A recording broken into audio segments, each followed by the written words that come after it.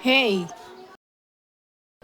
Honestly, I feel kinda lost because looking at you, you look like your future is already planned out and everything.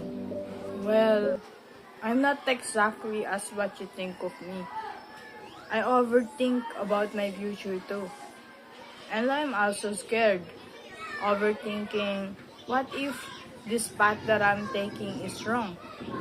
Will I be successful?